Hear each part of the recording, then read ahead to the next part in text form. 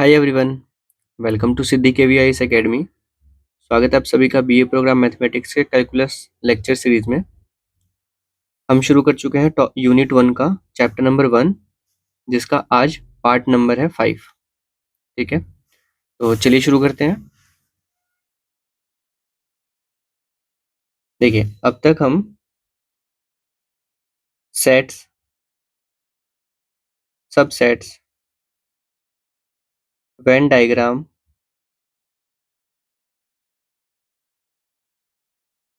Type of sets,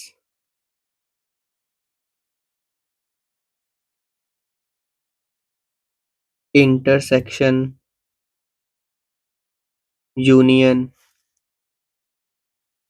ठीक है, almost ये सब कुछ कवर कर चुके हैं। ठीक है, आज का जो टॉपिक है वो है कार्टेशियन प्रोडक्ट। ठीक है,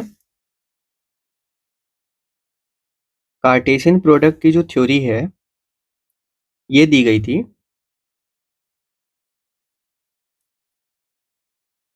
रेने डिस्कार्ट्स। ठीक है, ये एक फ्रेंच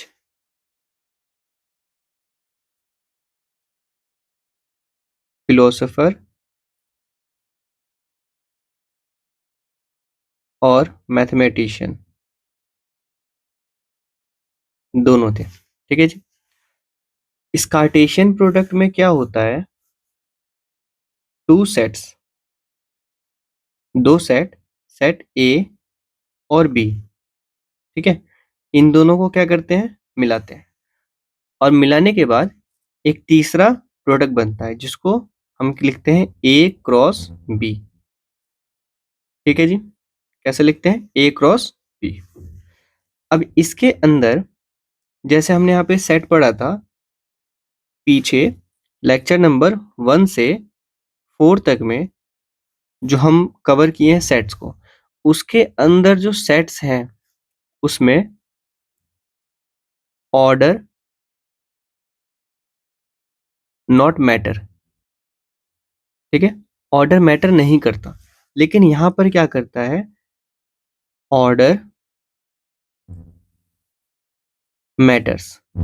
ठीक है, ऑर्डर मैटर्स मतलब इसमें जो ऑर्डर है सेट का वो चेंज नहीं होगा। अगर वो चेंज हुआ तो पूरा का पूरा कहानी बदल जाएगी। ठीक है, कार्टेशियन प्रोडक्ट की। जैसे फॉर एग्जांपल देखिए, ए एक सेट है 1 2, ठीक है, बी एक सेट है 3 2 3 और 4।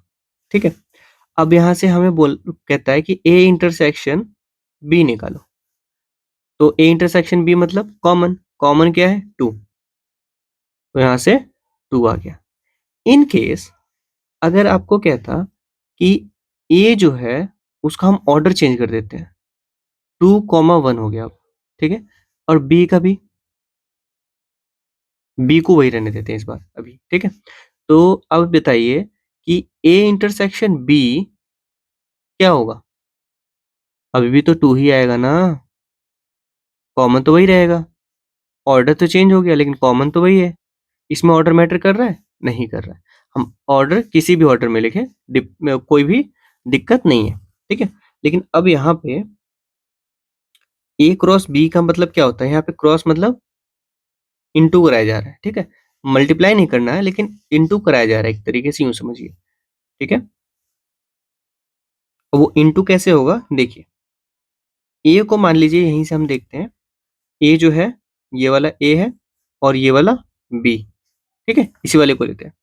तो ए क्रॉस बी, ब्रैकेट में नहीं लिखेंगे, ए क्रॉस बी, ये क्या होगा, एक करली ब्रैकेट सबसे पहले, उसके बाद में ए, यहाँ पे 1 लिखेंगे, और 1 को जितने इसमें एलिमेंट्स है उन सभी के साथ लिखेंगे। ठीक है, तो कैसे, कॉमा 2, फिर 1 कॉमा 3, फिर bracket close, comma, bracket open, फिर 1, कॉमा, 4।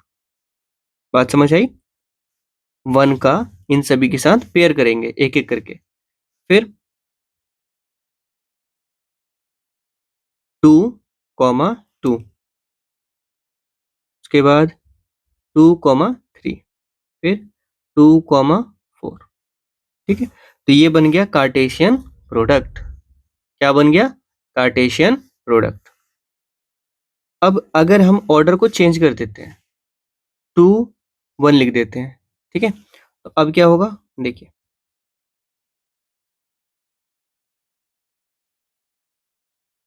अब इस बार इसका नाम कुछ और रख देते हैं, ठीक है। ये ए है, इसको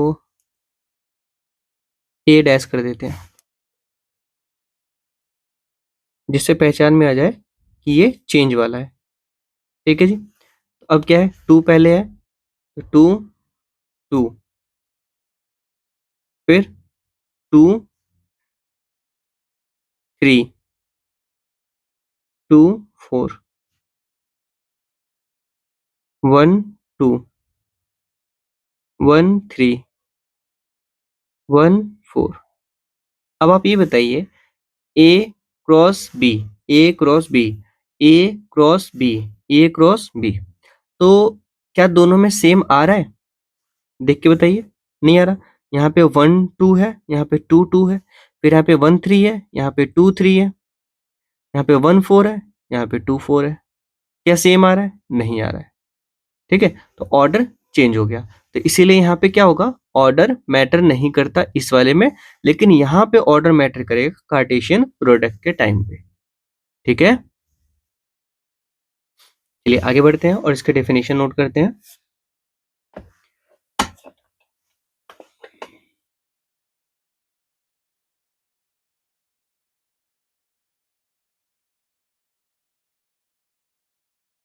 definition,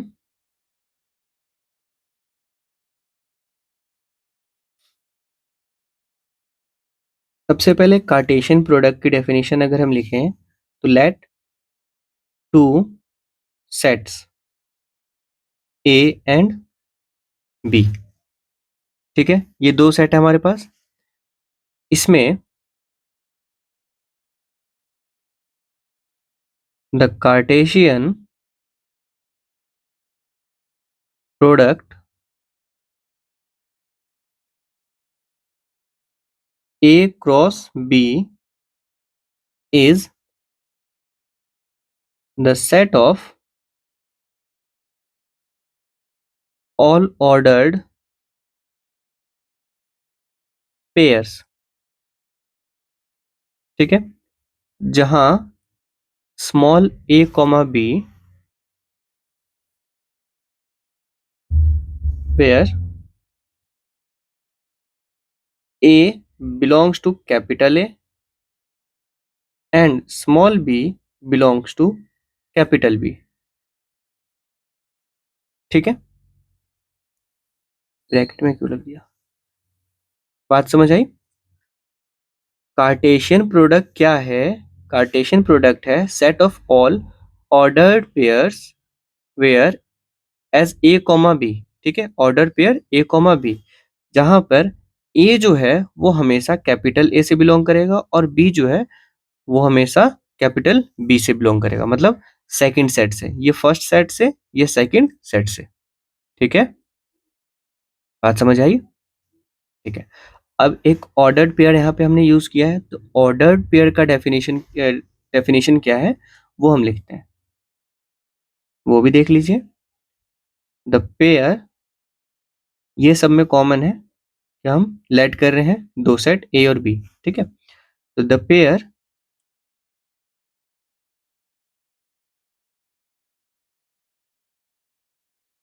A comma B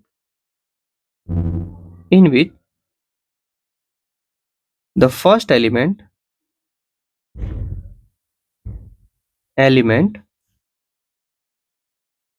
is from A and the second element is from B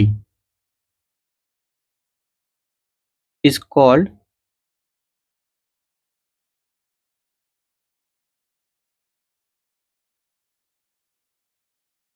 ordered pair। ठीक है, यहाँ पे कहता है कि ये जो पेयर है ए बी, जिसमें फर्स्ट एलिमेंट जो है वो हमेशा ए से आएगा और सेकंड एलिमेंट जो हमेशा बी से आएगा। अब इस वाले पेयर को क्या बोलेंगे ऑर्डर्ड पेयर। ठीक है, अब देखिए इस डेफिनेशन के अकॉर्डिंग क्या ये ऑर्डर पेयर है या नहीं है, ये चेक कीजिए। यहाँ पर ये जो टू है ये कहाँ से आ रहा है, ए से आ रहा है, और ये वाला टू ये भी ए से आ रहा है, सॉरी ए से आ रहा है। अब ये वाला टू कहाँ से आ रहा है, ये बी से है। ये थ्री कहाँ से है, ये भी बी से है। तो इसको हम ये ऐसे लिख सकते हैं ए कॉमा बी, ए कॉमा बी, ए कॉमा बी। तो क्या ये ऑर्डर्ड पेयर है, बिल्कुल ऑर्डर्ड पेयर है।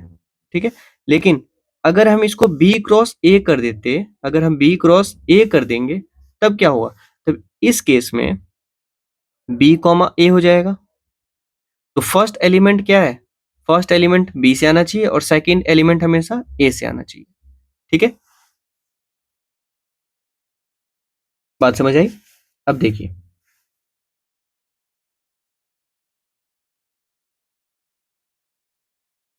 Third point, two ordered pairs A comma B and C comma D are said to be equal or same। ये कब होगा, if a equals to c and b equals to d। अगर ये दोनों pair में से a c के equal है और b जो है वो d के इक्वल है, तब जाके हम इसको इस ऑर्डर्ड पेयर को इक्वल मानेंगे या सेम मानेंगे। ठीक है, अच्छा एक चीज यहाँ पे जो रह गई वो ये है कि a क्रॉस b, इसको हम ऐसे लिखेंगे a कॉमा b ब्रैकेट में, such that a belongs to capital A and small b belongs to capital B। ठीक है जी, क्लियर, आगे बढ़े। ठीक है, एग्जाम्पल सॉल्व करते हैं थोड़े से। If a equals to 1 2 3 and b equals to 4 6, ठीक है, तो a क्रॉस b क्या होगा बताइए। तो a क्रॉस b होगा, क्या करेंगे, ए क्रॉस बी का डेफिनेशन क्या था, A cross B equals to A comma B such that small A belongs to capital and small B belongs to capital B. ठीक है जी, तो स्मॉल ए यानी कि 1, cap small B capital B से आ रहा यानी कि 4। ठीक है, फिर 2 4,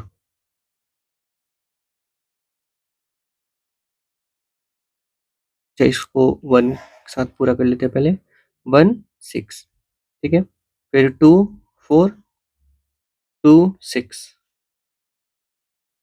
3 4 3 6। ठीक है जी, ये हो गया पूरा। नेक्स्ट, अब क्या कहता है कि B क्रॉस A निकालना है। तो B क्रॉस A कैसे निकलेगा, तो इस बार ये पहले होगा।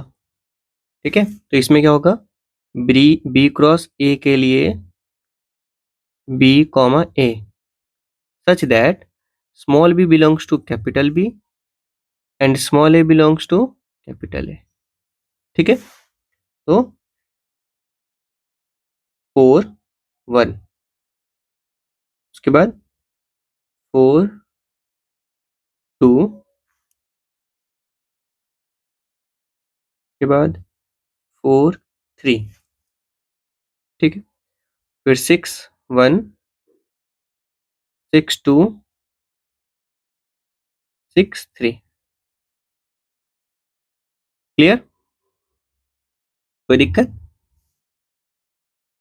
अब आप यहाँ पे क्लियरली देखिए 1,4 ये बिलोंग करता है किससे? ए क्रॉस बी से। But 1,4 does not belongs to किससे? बी क्रॉस ए से। क्या ये दोनों सेम है? नहीं। अगर हम इसको एक्स वाई कोऑर्डिनेट्स में, कोऑर्डिनेट्स याद है ना, कोऑर्डिनेट सिस्टम क्या होता है? ये एक्स एक्सिस, ये वाई एक्सिस, ठीक है। तो एक्स एक्सिस में कैसे लिखते हैं? एक्स कॉमा वाई, पहले वाला एक्स दूसरे वाला वाई। तो अगर हम इसको एक्स और वाई माने और इसको एक्स और वाई माने, तो आप ये बताइए कि एक एक्स कॉमा वाई क्या है? 1,4। और दूसरा एक्स कॉमा वाई क्या है? 4,1। तो क्या कभी ये दोनों इक्वल होंगे? इक्वल होंगे? बिल्कुल नहीं होंगे, ठीक है। तो वही बात यहाँ पे समझाई जा रही है कि ऑर्डर यहाँ पे मैटर करता है। X comma Y, X comma Y, order बिगड़ गया तो फिर इक्वल नहीं होगा। क्लियर?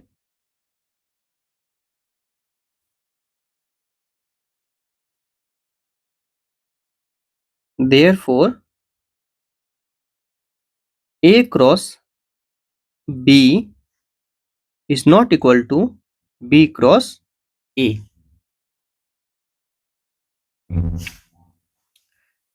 अब एक और इंपॉर्टेंट पॉइंट यहाँ पे देखिए, इन केस ए या बी में से कोई भी एक नल सेट होता है, ठीक है।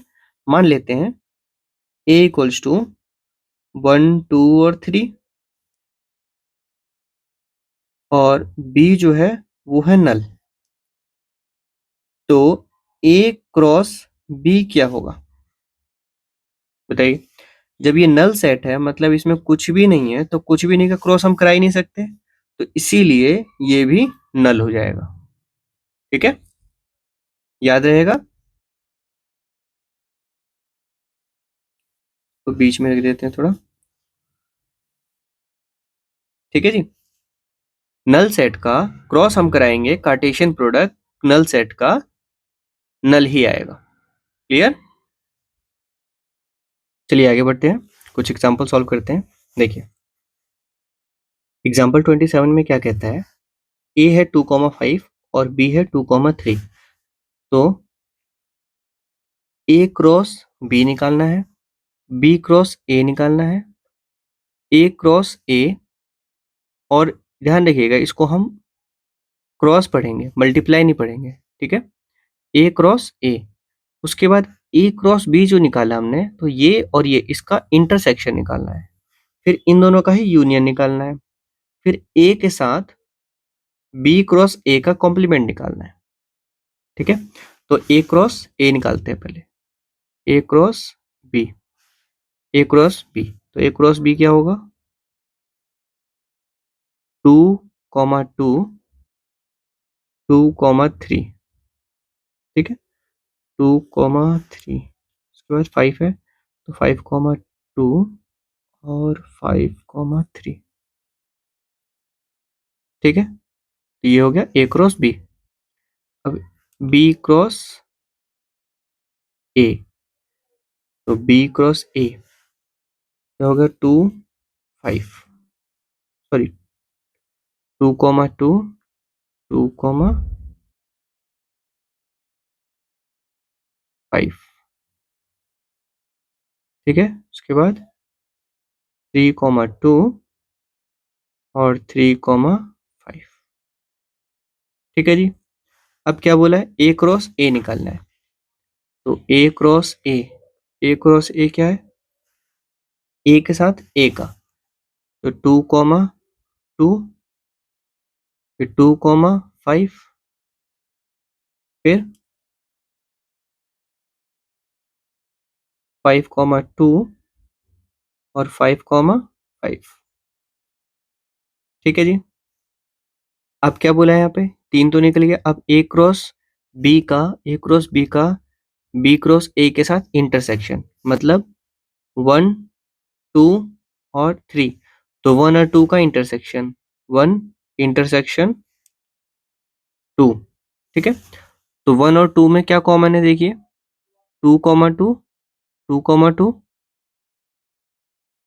और कुछ कॉमन है, 2, 3 है यहाँ पे, 2, 5, 5, 3, नहीं और कुछ कॉमन नहीं है, तो सिर्फ 2, 2 ये हो गया इसका इंटरसेक्शन, ठीक है। अब क्या कहता है कि ए क्रॉस बी का यूनियन निकालना है बी क्रॉस ए के साथ, ठीक है।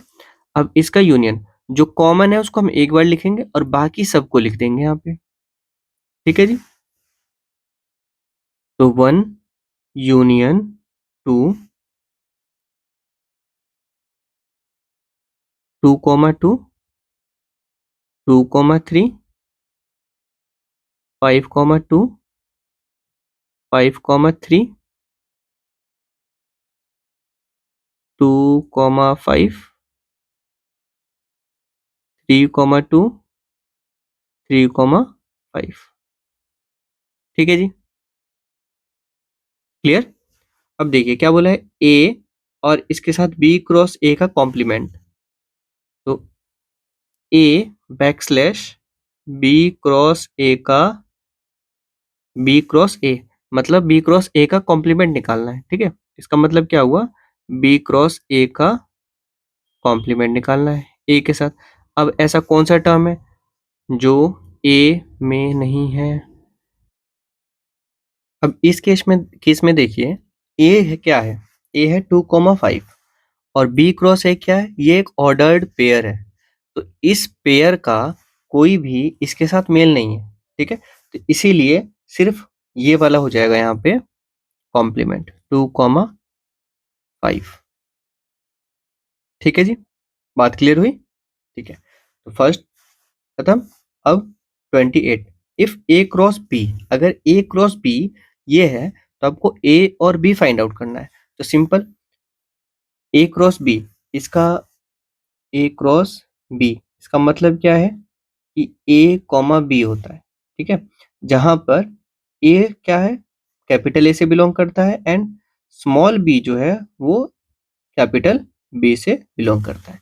तो अकॉर्डिंग टू दिस फॉर्मूला या दिस डेफिनेशन क्या हो जाएगा, ये हो जाएगा ए बी, यानी कि 7, 7, 7, तो ये क्या हो गया, ए इक्वल्स टू 7 और 2,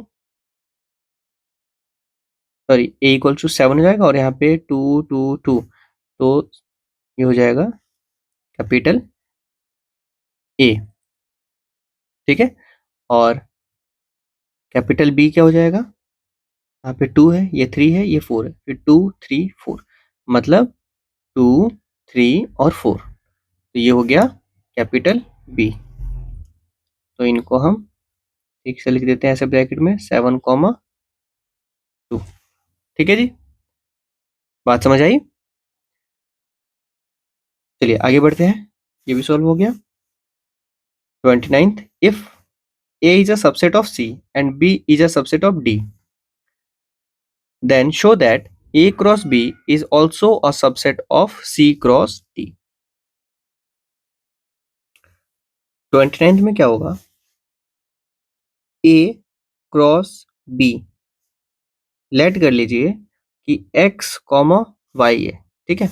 अब यहाँ पे क्या कहता है कि A जो है वो सबसेट है किसका, C का, तो x क्रॉस B जो है x कॉमा वाई अगर है तो मतलब x A से आ रहा है और y B से आ रहा है, तो इस केस में इससे हमें क्या मिलता है कि x जो है वो बिलोंग करता है A में और A जो है वो सबसेट है किसका, C का, तो ऑटोमेटिकली x जो है वो बिलोंग किससे करेगा, C से, ठीक है। तो then x also belongs to,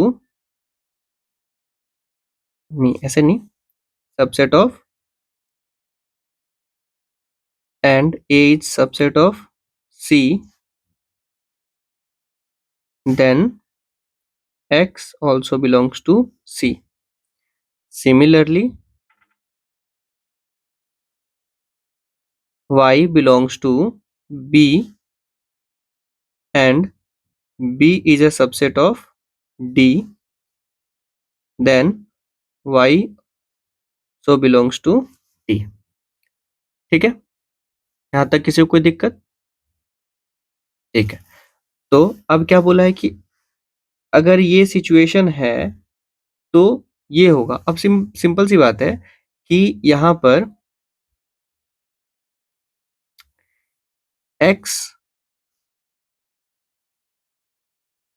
x comma Y ये जो है ये a क्रॉस b का पेयर है और x और y सारे a और b से आ रहे हैं, ठीक है।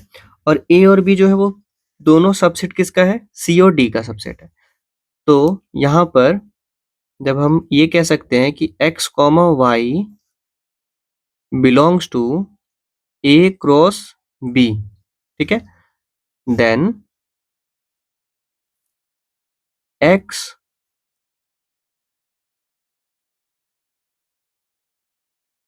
comma y also belongs to C comma D.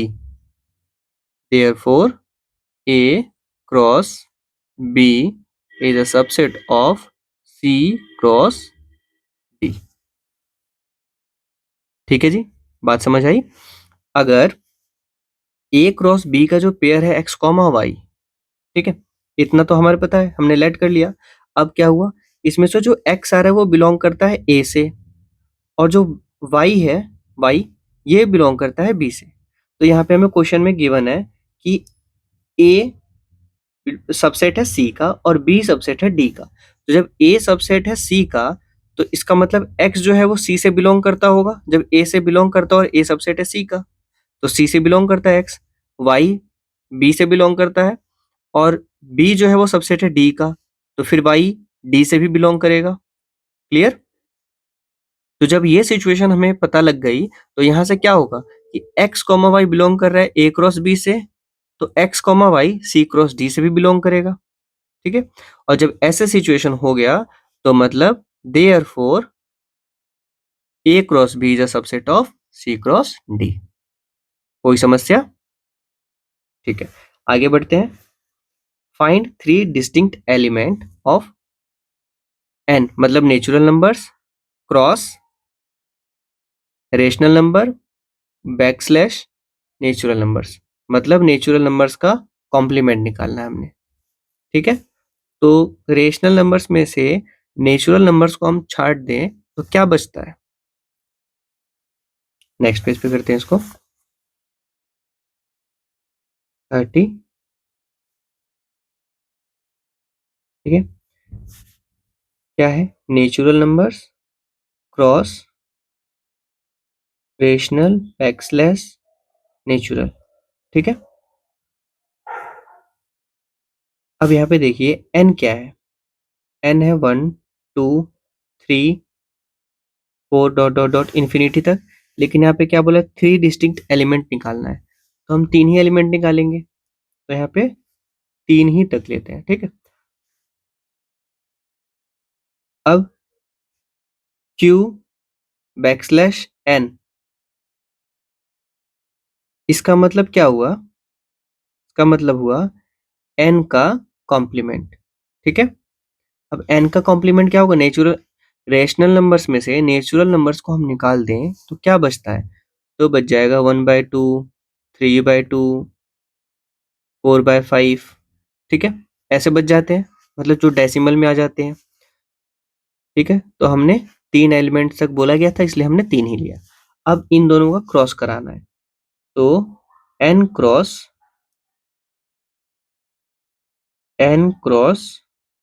q backslash, ठीक है। तो अब क्या होगा? 1 का 1/2 के साथ 1 कॉमा 1/2 ये एक पेयर हो गया। 1 कॉमा 3/2 1 कॉमा 4/5, ठीक है जी।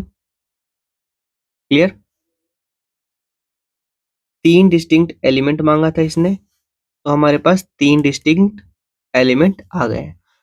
लेकिन ए क्रॉस बी, मतलब अगर हम इसको ए मानते हैं और इसको बी, ठीक है, तो ए क्रॉस बी करने के लिए अब ये पूरा का पूरा हमें लिखना पड़ेगा, ठीक है। लेकिन इसने 3 ही मांगा था, इसलिए मैंने यहाँ पे 3 ही लिखा है। और भी पूरा लिख देते हैं हम, 2, 1/2, फिर 2, 3/2, 2, 4/5, ठीक है। उसके बाद 3, 1/2, 3, 3/2, 3, 4/5। क्लियर? कोई दिक्कत यहाँ तक? आगे बढ़ते हैं।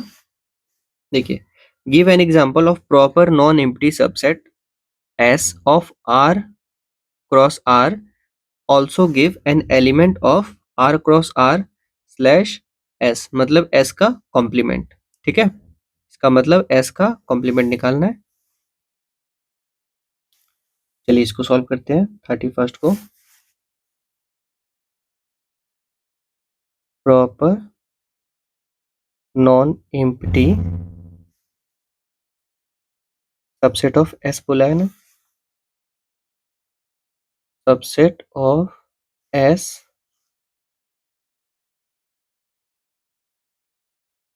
ऑफ R क्रॉस R, ठीक है। यहाँ पे कहना ये चाह रहा है कि R क्रॉस R का एक प्रॉपर नॉन एम्प्टी सबसेट बताना है S, ठीक है। R क्रॉस R का एक प्रॉपर नॉन एम्प्टी सबसेट बताना है। तो R क्रॉस R का पहले एक सेट निकालते हैं हम, ठीक है। तो R क्रॉस R का सेट क्या हो जाएगा, 1,2, 2,3, 4,5, ठीक है। मतलब x, y such that x belongs to real numbers and also y belongs to real numbers, ठीक है जी। लेकिन यहाँ पे क्या बोला है, प्रॉपर नॉन एम्प्टी सबसेट चाहिए अब। तो अब इसमें से प्रॉपर नॉन एम्प्टी सबसेट लाने के लिए, नॉन नॉन एम्प्टी मतलब खाली नहीं होना चाहिए, और प्रॉपर सबसेट मतलब प्रॉपर मतलब पूरा R क्रॉस R नहीं चाहिए, ठीक है। तो मतलब क्या चाहिए, तो हमें इसमें से प्रॉपर सबसेट के लिए क्या करना पड़ेगा, यहाँ पे x, y है तो इसको x, x रखेंगे, such that x belongs to R। तो अब क्या होगा, अब ये हो जाएगा, अच्छा इसको पहले चेंज कर देते हैं, इसका ऑर्डर थोड़ा।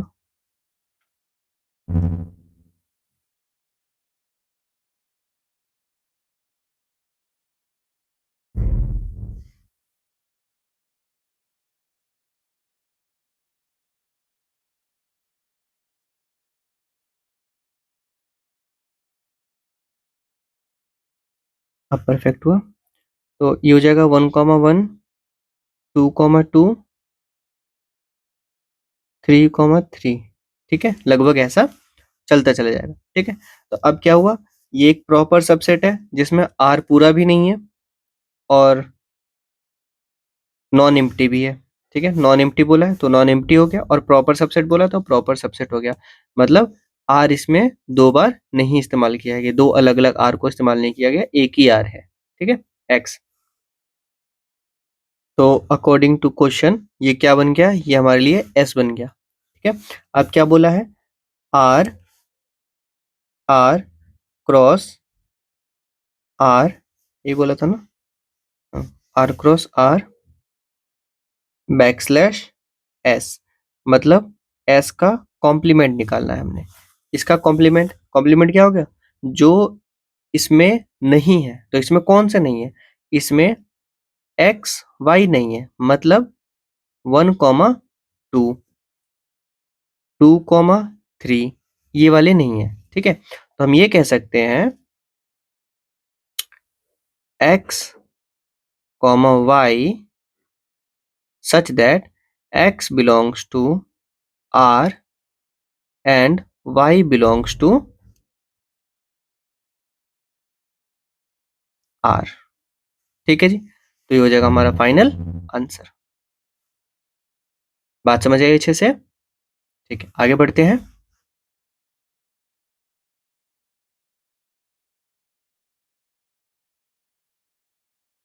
एक note point, note,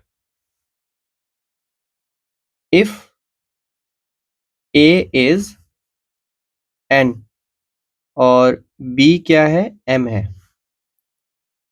then A cross B modulo is N M, ठीक है। ये first note. Second, if A and B are non-empty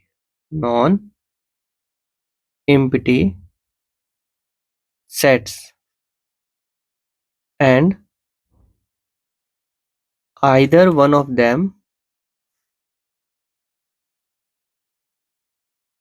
is infinity,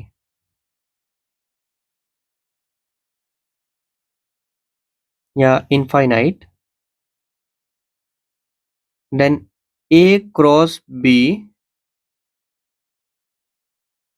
will be infinite, ठीक है जी। यहाँ तक कोई समस्या किसी को? ठीक है। अब n सेट्स तक का एक डेफिनेशन नोट कीजिए।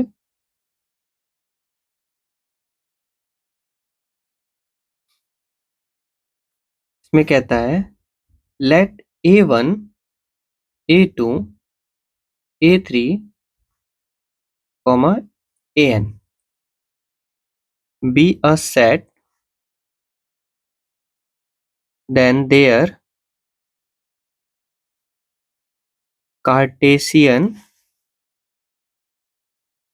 product is the set, ठीक है। और वो क्या होगा, A1 cross A2 cross A3 cross dot dot dot dot cross AN तक, ठीक है। और इसको हम कैसे लिख सकते हैं,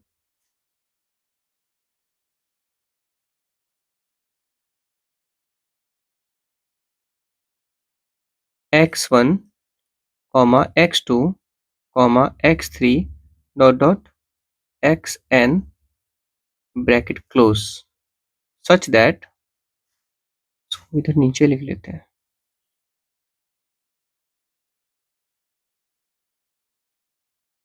such that xi belongs to ai, ठीक है, for all i equals to 1 2 3 dot dot dot n तक, ठीक है जी। The element x1, x2, x3, xn is called, क्या कहते हैं इसको, n टपल्स, ठीक है। आपको जो ठीक लगे आप वो प्रोनाउंस कर सकते हैं, TUPLE, टपल भी कहते हैं, ट्यूपल भी कहते हैं, ठीक है जी। मतलब A1, A2, A3, AN तक ये बहुत सारे सेट्स हैं, ठीक है, सेट नहीं सेट्स, ठीक है जी। तो इनका कार्टेशियन प्रोडक्ट क्या निकलेगा, क्योंकि A और B दो सेट है तो इनको क्रॉस करते थे, ठीक है। तो वैसे ही A1, A2, A3 है, बहुत सारे हैं, तो इनका कार्टेशियन प्रोडक्ट कैसे निकलेगा, A1 cross A2 cross B A3 cross dot dot dot AN तक, ठीक है। अब इनका क्रॉस करने के बाद x1, x2, x3 ये इसके अंदर के एलिमेंट्स हैं। अब i जो है वो बिलोंग करता है नेचुरल नंबर्स से, ठीक है, जो कि n तक जा रहा है, क्लियर। अब ये जो x1 x2 x3 ये जो है इनको कहते हैं टपल। अब टपल का मतलब देखिए, टपल का मतलब ये होता है मीन्स, जस्ट फॉर एग्जांपल आप ये बताइए कि अगर मैं लिखता हूं ये जो सेट है ए, इसमें है 1 और 2, ठीक है। सेट बी 1 2 3, क्या मैं इनको कह सकता हूं कि ये जो सेट है वो रियल नंबर्स में है, इन रियल नंबर्स, ये भी इन रियल नंबर्स, ठीक है। अब ये रियल नंबर्स में है तो यहाँ पे ये कितना है, कितने एलिमेंट्स है इसके अंदर, एक और ये दो, तो ये है R2 में, ये एक, ये दो, ये थ्री, तो तीन हो गए, तो ये हो गया R3 में। तो ये जो टपल है ये और कुछ नहीं, ये डायमेंशन की बात कर रहा है। किसकी बात कर रहा है, डायमेंशन की बात कर रहा है, ठीक है। मतलब 1 डायमेंशन, 2 डायमेंशन, 3 डायमेंशन। ये R2 मतलब क्या हो गया, R2 मतलब हो गया 2D, R3 मतलब हो गया 3D, ठीक है। ऐसे ही अगर 4 एलिमेंट्स होंगे तो वो R4 हो जाएगा, मतलब 4D, ठीक है। तो वो R4 4D हो जाएगा और उसको हम 4 टपल्स बोलेंगे। तो ये कितना हो गया, इसका मतलब ये हो गया 4 टपल, इसका मतलब ये हो गया 2 टपल। क्लियर, कोई दिक्कत यहाँ तक, आगे बढ़े, ठीक है। देखिए ये कंपलसरी है, this is compulsory to write क्या, R2 मतलब टपल, इसको क्या बोलते हैं, टपल, ठीक है। To write this for R cross R and Rn for R cross R cross dot cross R n times तक, n टाइम्स तक, ठीक है जी।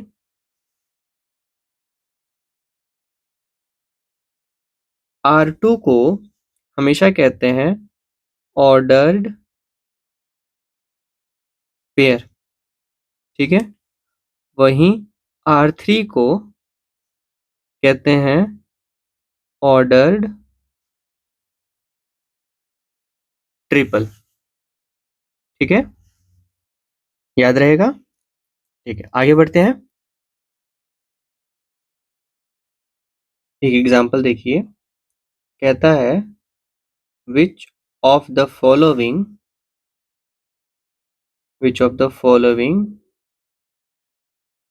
belong to Cartesian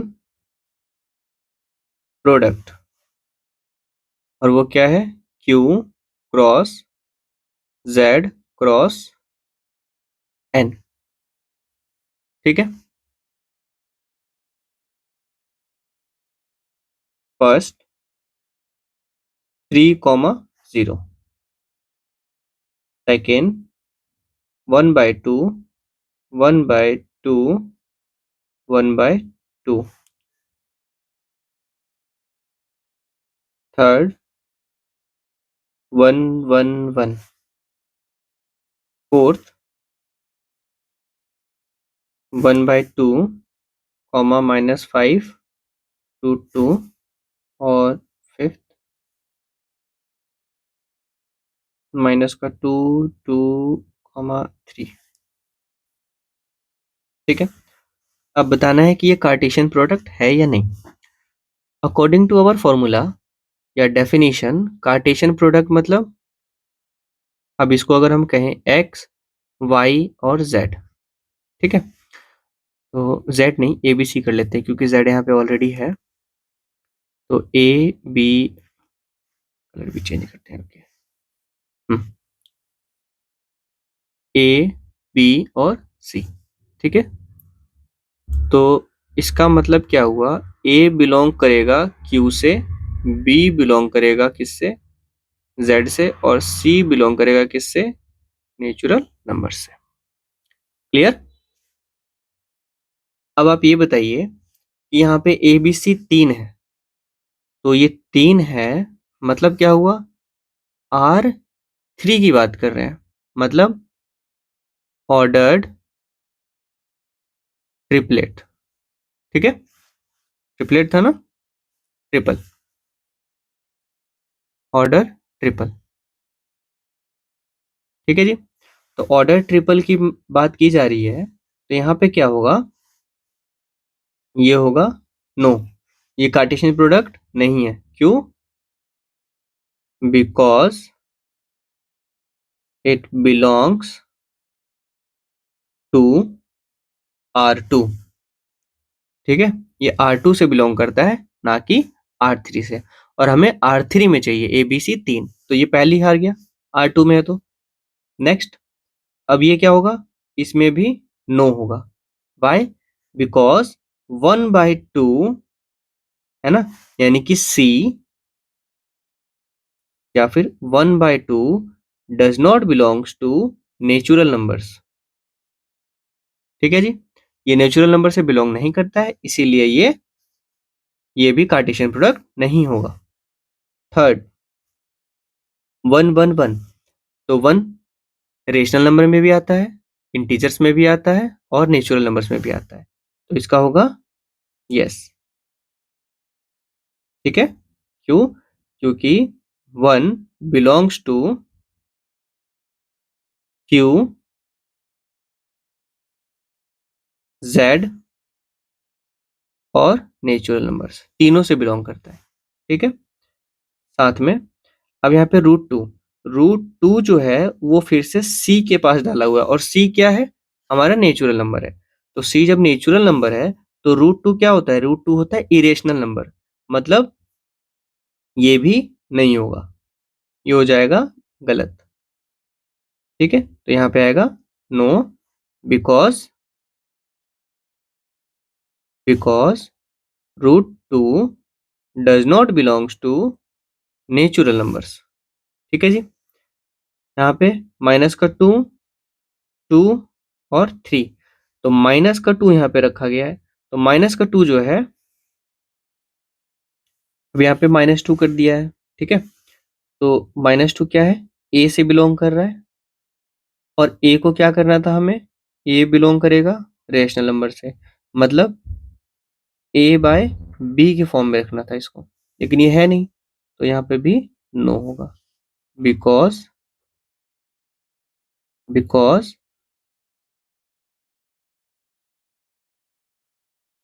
this set is not ordered triple, it is a set of three elements, ठीक है जी। चलिए आगे बढ़ते हैं। अब शुरू होता है एक नया टॉपिक, जिसे कहते हैं लॉज ऑफ ऑपरेशंस, ठीक है। लॉज ऑफ ऑपरेशंस में क्या होता है, ठीक है, सबसे पहले लॉ इसमें आता है डिस्ट्रीब्यूटिव लॉ। देखिए, आपको पता होगा कि एग्जाम्पल के लिए ए इंटू बी प्लस सी, ये इक्वल होता है किसके, ए इंटू बी प्लस ए इंटू सी, ठीक है। तो काफी वक्त पहले हमने ये सब सीखा हुआ है।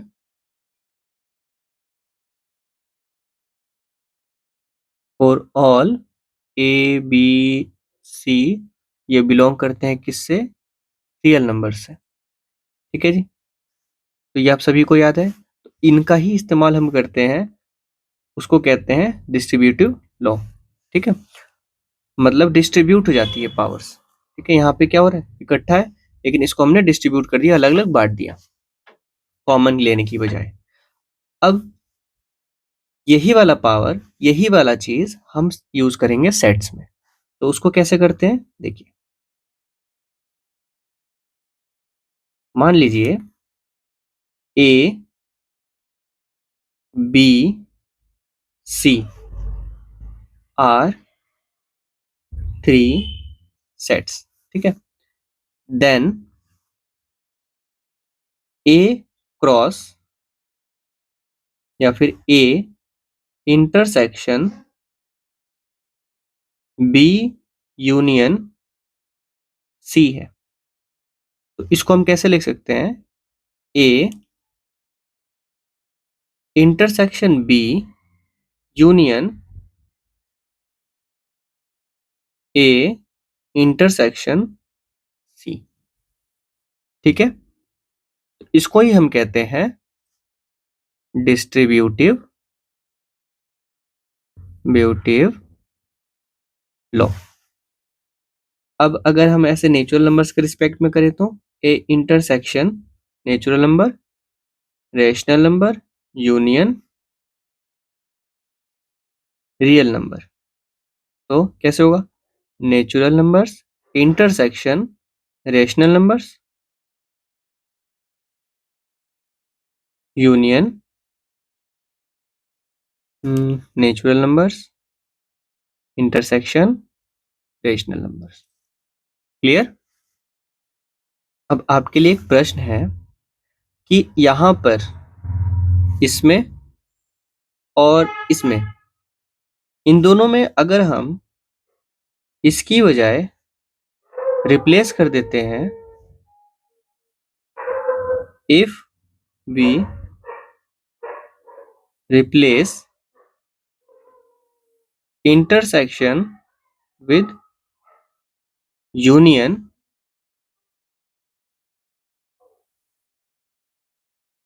in above equation,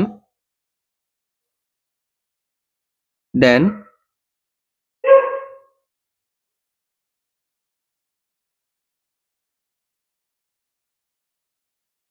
will you still get an equation? क्या लगता है, अगर हम इंटरसेक्शन को यूनियन से रिप्लेस कर देंगे तो क्या हमें अभी भी एक इक्वेशन मिलेगा या नहीं मिलेगा? इसमें यह ध्यान रखिएगा कि जहां पे हम इंटरसेक्शन की बजाय यूनियन रख रहे हैं, वहां पे यूनियन की बजाय इंटरसेक्शन भी रखना है। ठीक है, तो हमें अच्छे से चेंज करना है। चलिए, अब इसका आंसर आप हमें कमेंट में बताइए। ठीक है जी, कि क्या आएगा। आगे बढ़ते हैं।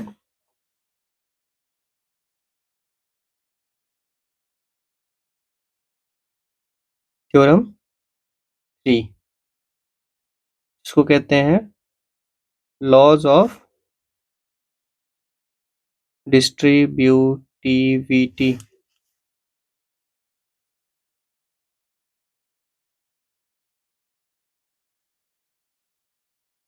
ठीक है,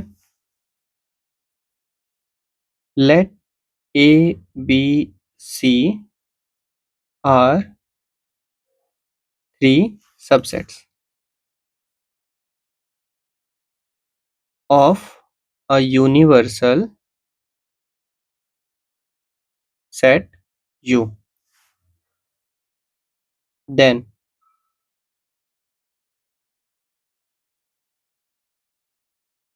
A intersection B union C equals to A intersection B union A intersection C।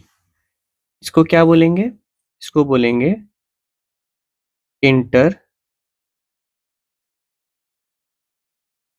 Intersection distributes over union. ठीक है। सेकंड क्या कहता है कि if A intersection A union B intersection C. ठीक है जी। तो इस केस में क्या होगा, A union B intersection A union C. ठीक है। That is union distributes over intersection. Clear. Next, theorem 4। Theorem 4 क्या कहता है, for any three sets A B C,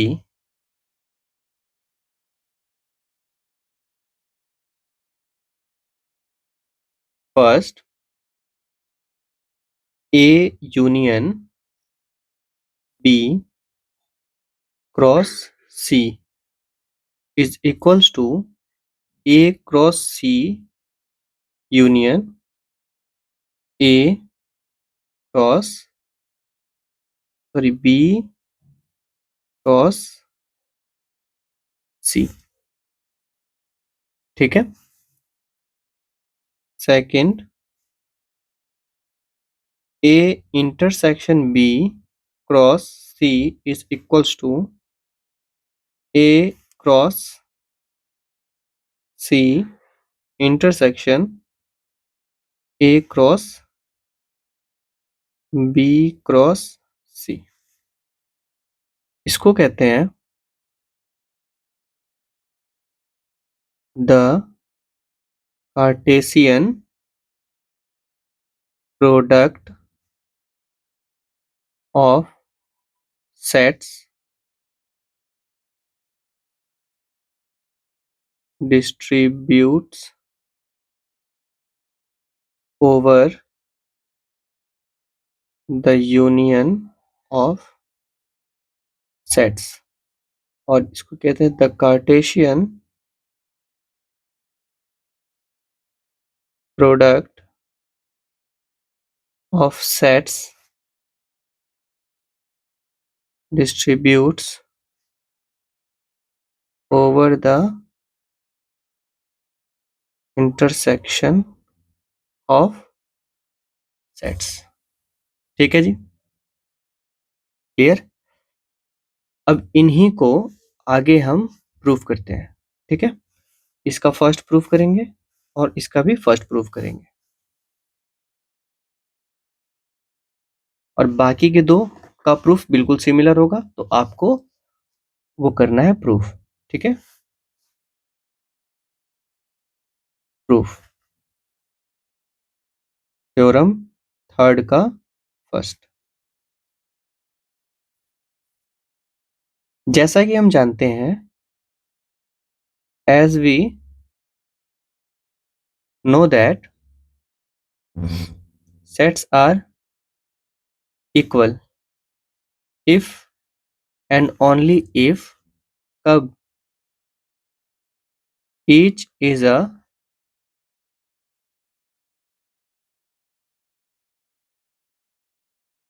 subset of the other। ठीक है। तो हमने क्या करना होगा, हमें शो कर देना होगा to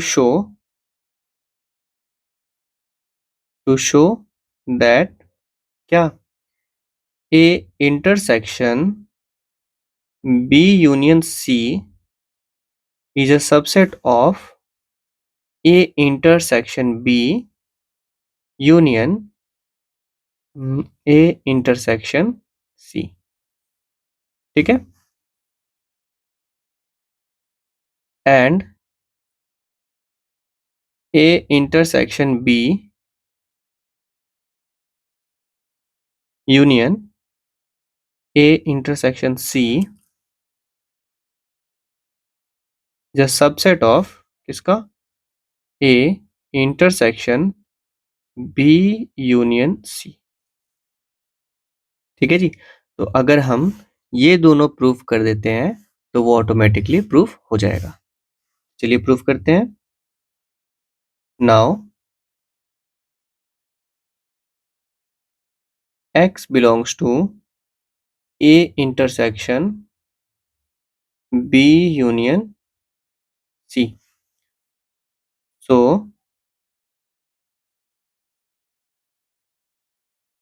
X belongs to A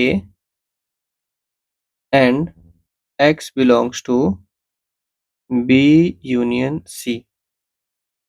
ठीक है, मतलब अगर X जो है ये इससे अगर बिलोंग करता है तो उसका मतलब ये दोनों हो सकते हैं। ठीक है, अब यहां से और इसको अगर हम डिस्ट्रीब्यूट करें और अगर खोलें तो X बिलोंग कर रहा है A से एंड अब यहाँ पे क्या होगा, X जो है वो बिलोंग करता होगा B से या फिर X बिलोंग करेगा C से। अब ऐसा हमने क्यों कहा, क्योंकि यूनियन में या तो X A से आ रहा होगा या X B से आ रहा होगा।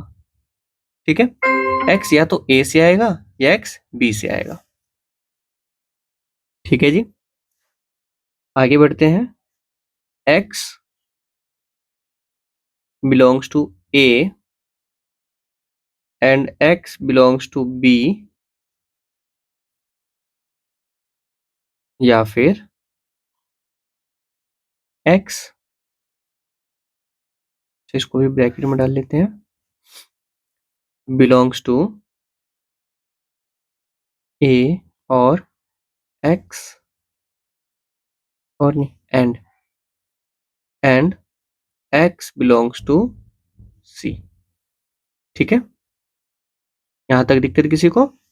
अब इसको हम क्या लिख सकते हैं, ये एंड है तो एंड के लिए क्या करेंगे, X belongs to A intersection B। And है तो एंड के लिए इंटरसेक्शन, मतलब ये दोनों कॉमन हो गए। अब और है यहाँ पे तो और के लिए हम क्या करेंगे, अभी फिलहाल में और का और रहने देते हैं। X belongs to A intersection X belongs to C। ठीक है, अब यहाँ से एक नया कुछ आपको सीखने को मिला होगा, ध्यान से अगर आपने देख रहे हैं तो।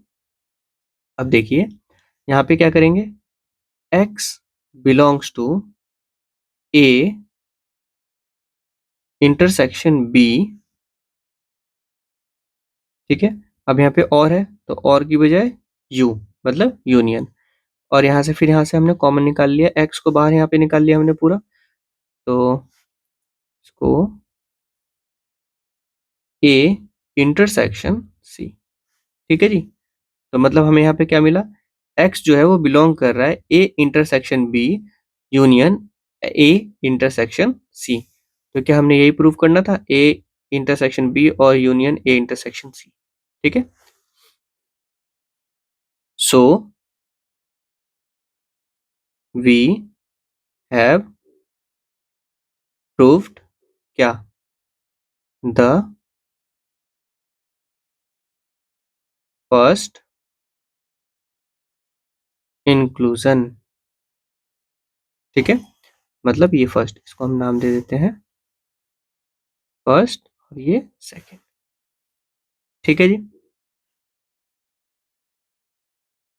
अब यहाँ पे हम सेकंड को प्रूव करते हैं। Now let X belongs to A intersection B union A intersection C। ठीक है, मतलब ये वाला, तो अगर इससे बिलोंग कर रहा है तो अब इसको फिर से हम डिस्ट्रीब्यूट करेंगे जैसे हमने यहाँ पे किया था। तो क्या होगा, X belongs to A intersection B और X belongs to A intersection C. X belongs to A and B, or X belongs to A and C. X belongs to A and X belongs to B, or X belongs to A and X belongs to C. यहाँ तक दिक्कत किसी को? ठीक है, आगे बढ़ते हैं। अब यहाँ से X belongs to A हम कॉमन निकाल लेंगे। X belongs to A, ठीक है, and X belongs to B और X belongs to C, ठीक है, इसको ब्रैकेट में रख देते हैं। X belongs to A and X belongs to B, और है तो और की बजाय हम क्या रख सकते हैं? Union C। अब X belongs to A, यहाँ पे एंड है तो एंड की बजाय इंटरसेक्शन, ठीक है, B union C, B union C, ठीक है जी। तो हमारे पास अब क्या मिल गया? X जो है वो किससे बिलोंग कर रहा है? A। अब इस वाले को हमने सॉल्व किया तो A intersection B union C आ गया, मतलब so we have proved the second instance, ठीक है, सॉरी इंक्लूजन, इंक्लूजन, ठीक है जी। Hence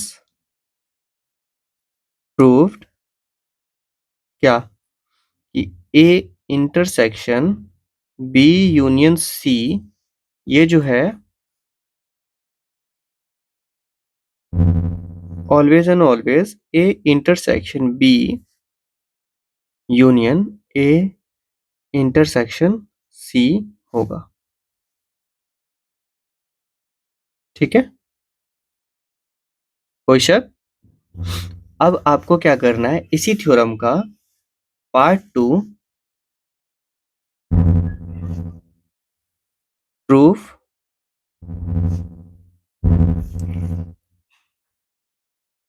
योरसेल्फ, थ्योरम 3 का पार्ट 2, और and share it in group, ठीक है। पार्ट 2 सॉल्व करना है आपको, प्रूफ करना है और ग्रुप में शेयर करना है, ठीक है। अब हम सॉल्व करने जा रहे हैं क्या? थ्योरम 4 का पार्ट 1, ठीक है। एक इंपॉर्टेंट बात जो यहाँ पे बताने रह गया कि ये ध्यान रखिएगा, नोट और की बात जहाँ पे भी आए तो हम इस्तेमाल करेंगे यूनियन। यूनियन मतलब और एंड का मतलब क्या होता है? इंटरसेक्शन, ठीक है, ये ध्यान रखिएगा। Since A is a subset of A union B, A cross C is a subset of A union B cross C, ठीक है। Similarly B cross C is a subset of किसका? A union B cross C. Therefore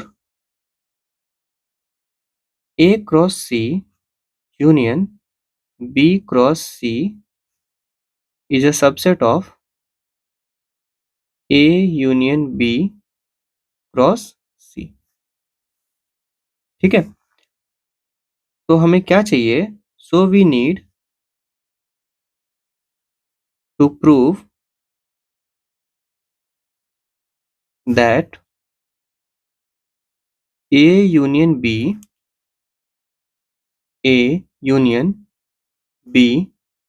cross C is a subset of किसका? A cross C union B cross C। ठीक है, तो ये proof कर देंगे तो वो प्रूफ हो जाएगा। तो इसके लिए हम क्या करते हैं, let any ordered pair x comma y which belongs to A union B cross C। x belongs to A union B comma y belongs to C। ठीक है, x जो होगा वो इससे बिलोंग करता है और y जो होगा वो C से बिलोंग करता है। तो x बिलोंग्स टू A और यहाँ पे क्या है, यूनियन। तो यूनियन है तो हम यहाँ पे क्या लिखेंगे, और फिर x बिलोंग्स टू B। या तो x A से आ रहा है या फिर B से आ रहा है। ठीक है, y belongs to C, then x comma y belongs to A cross C और x comma y belongs to B cross C। ठीक है, के बाद x comma y belongs to, यहाँ पे और है तो और का क्या हो जाएगा, A cross C bracket union B cross C। ठीक है, हमें यही तो प्रूफ करना था, यही प्रूफ करना था ना, सॉरी ये नहीं, ये प्रूफ करना था। ठीक है, तो हमने यहां से शुरू किया, इससे, यहां से, और इसको ओपन करके और लास्ट में हम कहां तक पहुंचे, यहां तक पहुंच गए। ठीक है, अब इसको अगर हम यहां से सॉल्व करना शुरू करेंगे तो वापस घूम के यहां पे आ जाएंगे। क्लियर, तो हैंस प्रूव्ड। ठीक है जी, अब आपको क्या करना है, होमवर्क में आपने थ्योरम फोर्थ का सेकंड सॉल्व करना है, मतलब प्रूफ करना है, और प्रूफ करके उसका प्रूफ ग्रुप में शेयर करना है आपको। ठीक है, चलिए आगे बढ़ते हैं। अब टॉपिक आता है एक D Morgan's laws.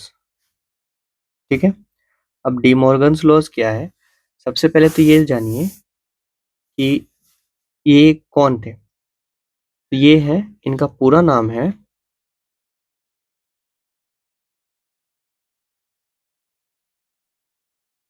Agusta Augustus De Morgan. ठीक है, और ये है ब्रिटिश मैथमेटिशियन, ब्रिटिश मैथमेटिशियन। ठीक है, तो इनने ही ये लॉ दिया है। इस लॉ में अब तक हमने क्या पढ़ा था कि कॉम्प्लीमेंट, कॉम्प्लीमेंट। ठीक है, कॉम्प्लीमेंट क्या था कि कोई भी एक सेट है, ए एक सेट है 1 2 3 4 और 5। ठीक है, तो इसको मान लेते हैं यूनियन। तो इसका ए जो है 1 2 और 3, तो इसमें ए कॉम्प्लीमेंट क्या हो जाएगा, ए कॉम्प्लीमेंट हो जाएगा 1 2 3, मतलब 4 और 5। ए है 1 2 3, तो कॉम्प्लीमेंट 4 और 5 हो जाएगा। ठीक है, तो ये तो नॉर्मल एक सेट के साथ हो गया। अब अगर मैं बोलूं कि एक सेट है हमारे पास बी, जिसका है 2, 3 और 4, ठीक है। तो इसमें ए इंटरसेक्शन बी क्या होगा? बताइए बताइए, A intersection B. A intersection B हो जाएगा 2 और 3, ठीक है। 2 और 3 ए इंटरसेक्शन बी हो जाएगा। और अगर मैं कहूँ ए इंटरसेक्शन बी का कॉम्प्लीमेंट बताओ, तो वो क्या होगा? ठीक है। तो ये जो फाइंड आउट करने का है, तो ए और बी का इंटरसेक्शन, मतलब इंटरसेक्शन का कॉम्प्लीमेंट अगर निकालना है, तो ये दिया है हम इनने D Morgan's law. D Morgan's law इस थ्योरी के, इनके थ्योरी के द्वारा आया है, ठीक है। तो ये डी मॉर्गन्स लॉ में आता है। साथ ही अगर मैं बात करूं कि ए इंटरसेक्शन बी का कॉम्प्लीमेंट, तो वो भी इसी लॉ के अंतर्गत आता है, डी मॉर्गन्स लॉ, ठीक है। ये जो फिलोसोफर ब्रिटिश मैथमेटिशियन है मॉर्गन, इनने ये थ्योरी दी है, ये लॉ दिया है। बात समझ आई? तो इसका यूनियन क्या निकलेगा, बताइए। सॉरी, कॉम्प्लीमेंट क्या निकलेगा? का कॉम्प्लीमेंट क्या निकलेगा?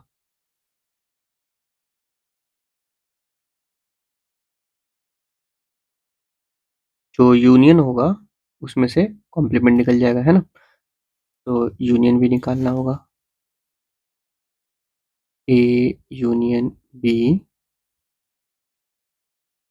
इक्वल्स टू 1, 2, 3, 4, ठीक है। अब इसमें से क्या रह गया? 1 और 4, ठीक है जी। अब आगे इनका एक थ्योरम है, थ्योरम नंबर 5, जिसका नाम है, वापस से यही नाम है, डी मॉर्गन्स लॉ, ठीक है। अब इस थ्योरम के अनुसार क्या बात करते हैं कि intersection A intersection B complement is equals to A complement union B complement, ठीक है। Second, A union B complement equals to A complement intersection B complement, ठीक है। इसका भी हम प्रूफ करेंगे। आपने क्या करना है, सेकंड को प्रूफ करना है और फिर उसका प्रूफ शेयर करना है ग्रुप में, ठीक है। हम फर्स्ट वाला प्रूफ कर रहे हैं यहाँ पे। तो proof first,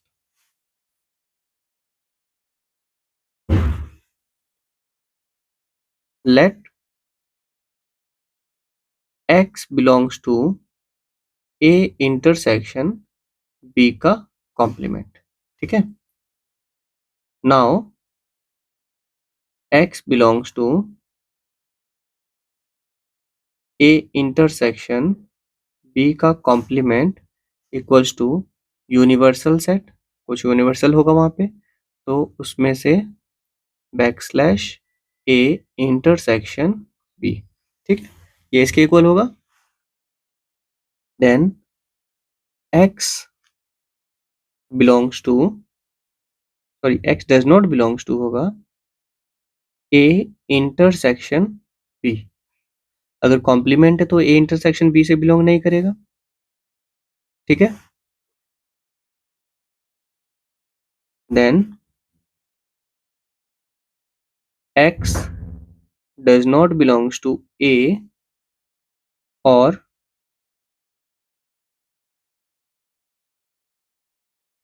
x does not belongs to B, ठीक है जी। x belongs to A complement, अगर x does not belongs to A है तो इसका मतलब क्या है, x belongs to A complement और x बिलोंग्स टू बी का कॉम्प्लीमेंट, ठीक है। देन x बिलोंग्स टू ए का कॉम्प्लीमेंट और है यहाँ पे, तो और का क्या हो जाएगा, union x belongs to b का कॉम्प्लीमेंट। देन x कॉमन आ जाएगा, तो x belongs to a union b, ठीक है, sorry, a complement union b complement, ठीक है। सो a इंटरसेक्शन b का complement is equals to a complement intersection यानी यूनियन b कॉम्प्लीमेंट, ठीक है, हेंस प्रूव्ड, ठीक है। यहां तक अच्छे से आपको क्लियर हुआ, ठीक है। इस प्रूफ के साथ chapter 1 sets and operations on depth, ये चैप्टर यहाँ पे होता है कंप्लीट, ठीक है जी। अगली क्लास में हम शुरू करेंगे चैप्टर नंबर 2, वो है फंक्शंस, ठीक है जी। तब तक के लिए आप जो भी क्वेश्चंस आपको होमवर्क में दिया गया था उनको आप सॉल्व करके हमारे ग्रुप में शेयर कीजिए। कोई भी डाउट आता है तो आप हमसे पूछिए। चलिए मिलते हैं आपसे अगली क्लास में।